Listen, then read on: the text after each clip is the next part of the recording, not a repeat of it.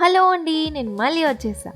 Welcome to Yummy's food blogs. నేను మీ సాహితీ విద్యార్థి. సో ఈరోజు మన స్పెషల్ రెసిపీ వచ్చేసి కాకరకాయ మసాలా కర్రీ. కాకరకాయ ఇష్టపడని వారు కూడా ఇలా చేస్తే వెంటనే తినేస్తారు, అంత రుచిగా ఉంటుంది ఈ కాకరకాయ మసాలా కర్రీ. బయట క్రిస్పీగా లోపల సాఫ్ట్గా, టేస్ట్ అయితే చాలా బాగుంటుంది. చేసుకోవడం కూడా చాలా ఈజీ, ఒక హాఫ్ అన్ అవర్లో అయిపోతుంది. సో మరి లేట్ చేయకుండా వెంటనే స్టార్ట్ చేసేద్దాం. మీరు ఇప్పటివరకు మా ఛానల్ని సబ్స్క్రైబ్ కనుక చేయనట్లయితే ప్లీజ్ వెంటనే సబ్స్క్రైబ్ చేసుకోండి. అలాగే పక్కనే ఉన్న బెల్ ఐకాన్ని క్లిక్ చేసేయండి. Thank you. ఫస్ట్ నేను 1/2 kg నల్ల కాకరకాయలను తీసుకొని 2 times వాష్ చేసేసి ఇలా కాకరకాయలను ఇలా రౌండ్గా కట్ చేసుకోవాలి. ఎడ్జెస్ కట్ చేస్తూ కొద్దిగా పెద్దగానే కట్ చేసుకోవాలి. ఒక కాకరకాయకి 4 ముక్కల చొప్పున కట్ చేశాను. చూడండి, ఇలా కట్ చేసుకొని సీడ్స్ తీసేసి ఇలానే అన్నిటిని కట్ చేసుకొని రెడీగా ఉంచుకోండి. మసాలా కాకరకాయ కర్రీ కోసం ఫస్ట్ అయితే ఒక కడాయిని తీసుకొని కడాయిలోకి 1 tablespoon ఆయిల్ని వేసుకోవాలి. ఆయిల్ చక్కగా వేడైన తర్వాత అందులోకి 1 కట్ చేసుకున్న పచ్చిమిర్చి, 2 రెమ్మల కరివేపాకు, 1 మీడియం సైజ్ ఆనియన్ని కొద్దిగా పెద్దగానే కట్ చేసి యాడ్ చేయండి. అలాగే 1/2 teaspoon పసుపు, కొద్దిగా చింతపండు,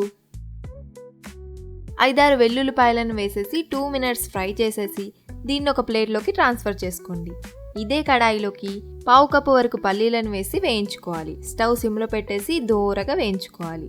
పల్లీలు వేగిన తర్వాత ఇందులోకి 1 tablespoon మినప్పప్పు, 1 tablespoon శనగపప్పును వేసి దోరగా వేయించుకోవాలి. ఇలా కలుపుతూ మాడిపోకుండా వేయించుకోవాలి.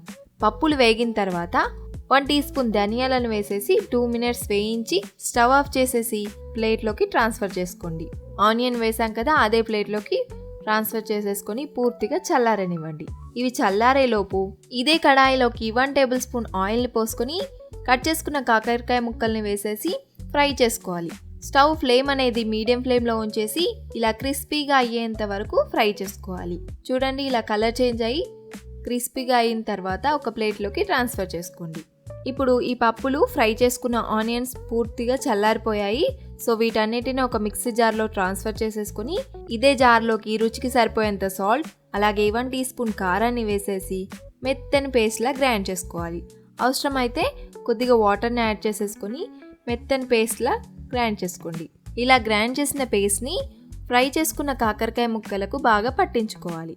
ఇలా పట్టించినా సరే, లేదంటే డైరెక్ట్గా కడాయిలోకి మసాలాను వేసినా సరే.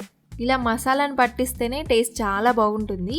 సో ఇలా ఒక్కో ముక్కకు మసాలాను పట్టించిన తర్వాత ఇదే విధంగా అన్ని ముక్కలకు పట్టించుకొని ఇదే కడాయిలోకి 1 tablespoon ఆయిల్ని వేసేసి మసాలా పట్టించిన కాకరకాయ ముక్కలను వేసి ఫ్రై చేసుకోవాలి. 2 minutes పాటు ఫ్రై చేసేసుకోవాలి. ఇలా ఫ్రై చేసేసుకొని కొద్దిగా ఆయిల్ పైకి రాగానే ఇందులోకి కట్ చేసుకున్న కొత్తిమీరను వేసేసి స్టవ్ ఆఫ్ చేసేస్తే సరి. అంతే, మసాలా కాకరకాయ కర్రీ అయితే రెడీ అయిపోయింది. చాలా టేస్టీగా చాలా బాగుంది. మీరు కూడా ఒకసారి ట్రై చేయండి.